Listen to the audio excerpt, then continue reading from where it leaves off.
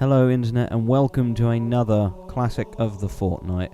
Due to the recent next generation Xbox announcement, I have decided to go with a true classic, the one that started the Xbox off on the path to glory, and that is Halo Combat Evolved.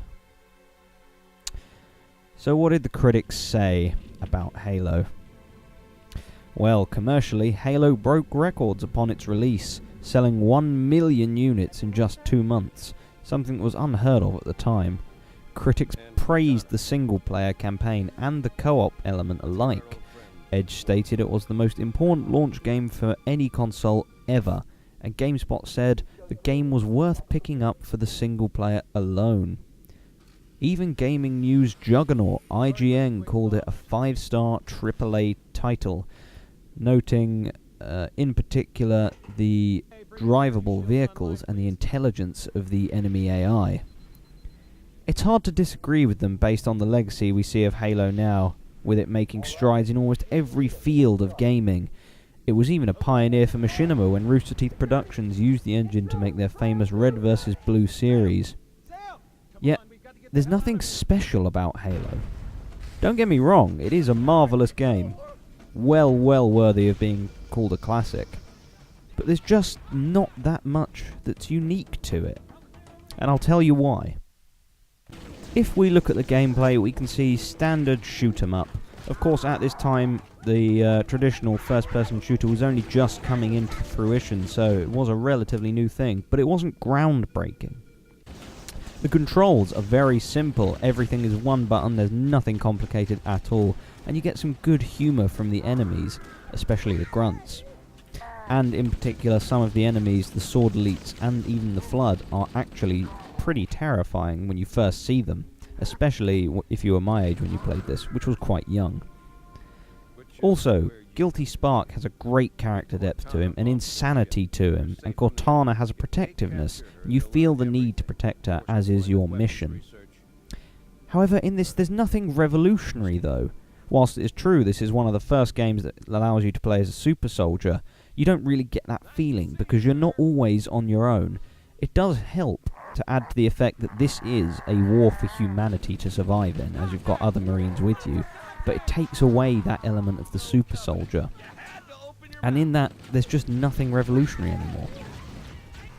If we look at the audio is perhaps the most well-known aspect of Halo, other than the gameplay, because looking at it, it is a true work of art. Martin O'Donnell is a genius for what he has done. The sounds of the enemy, though, are not standard, but they're nothing special either. However, where it really comes into its own is the soundtrack.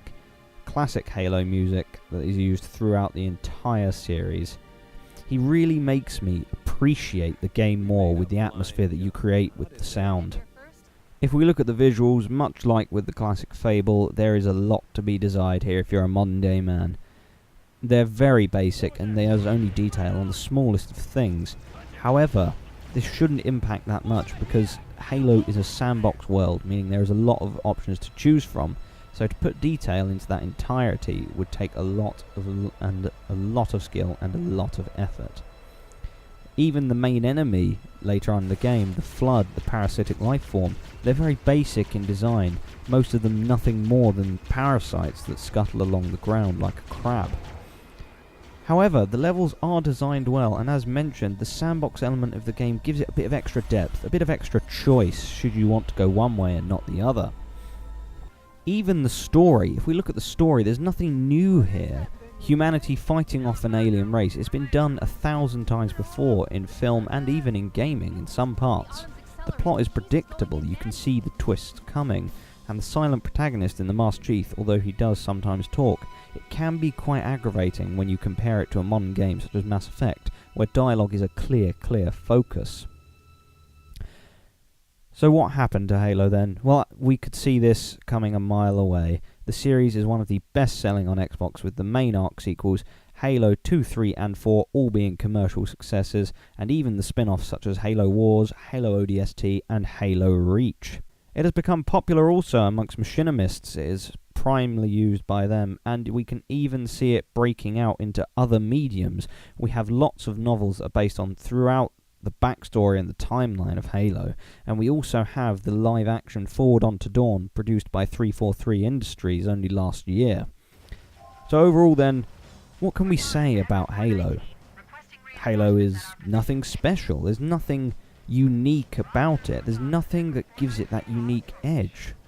But yet, it captivates us. It controlled an entire generation of young gamers.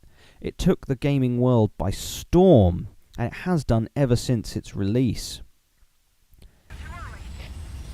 So, Halo may not be a groundbreaker.